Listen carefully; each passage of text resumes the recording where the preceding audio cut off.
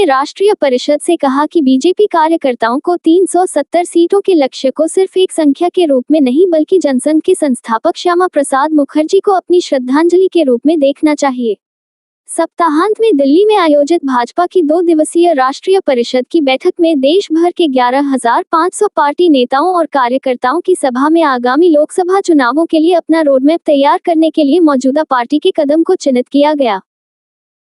लगातार तीसरी बार पूर्ण बहुमत के साथ सत्ता में लौटने का लक्ष्य रखते हुए भाजपा ने लोकसभा चुनावों के लिए माहौल तैयार करने के लिए अपनी शीर्ष निर्णय लेने वाली संस्था का सम्मेलन आयोजित किया, जिसमें 2 महीने से भी कम समय बचा है।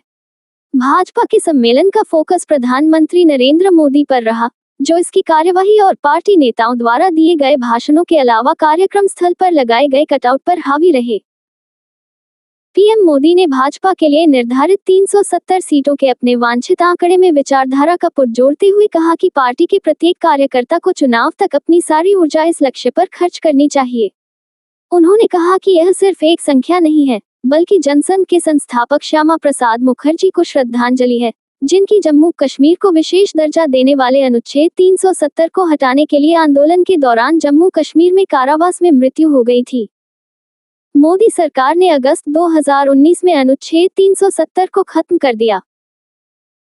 भाजपा की राष्ट्रीय परिषद ने अयोध्या में राम मंदिर के अभिषेक पर एक विस्तृत बयान जारी किया, जिसमें इस बात को रेखांकित किया गया कि पार्टी इसे अपने प्रमुख चुनावी मुद्दे के रूप में रखेगी, यहां तक कि इसमें मोदी सरकार द्वारा किए गए विकास कार्यों और कल्याणकारी उपायों के बारे में भी बात की गई।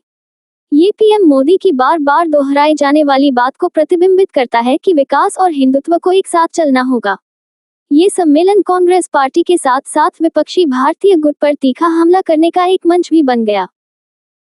केंद्रीय गृह मंत्री अमित शाह ने आगामी चुनावों को लोकतांत्रिक भाजपा, जहां एक चाय बेचने वाला पीएम बन सकता है, और कई वंशवादी पार्टियों के बीच लड़ाई के रूप में देखते हुए भारत गठबंधन पर हमला करने का फैसला किया। उन्होंने आरोप लगाया, जो केवल एक बेटे को बनाने की उम्मीद करते हैं या एक बेटी पीएम या सीएम, और अन्य नेताओं और कार्यकर्ताओं की प्रतिभा और कड़ी मेहनत को दबा दिया जो उनके प्रभुत्वशाली परिवारों से नहीं थे।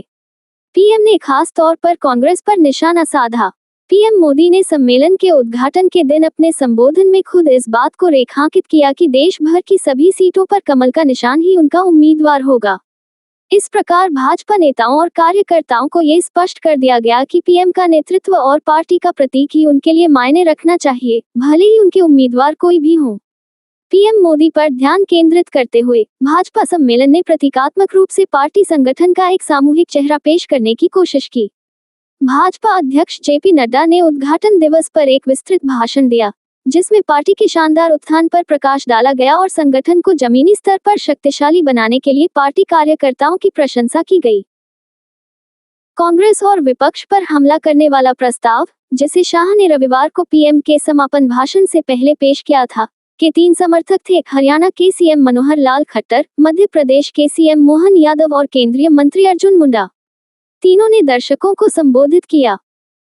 राष्ट्रीय राजधानी के विभिन्न हिस्सों में भाजपा द्वारा लगाए गए कटआउट में प्रतिभागियों के स्वागत संदेशों में लालकृष्ण आडवाणी और मुरली मनोहर जोशी जैसे पार्टी के दिग्गजों के चेहरे भी शामिल थे।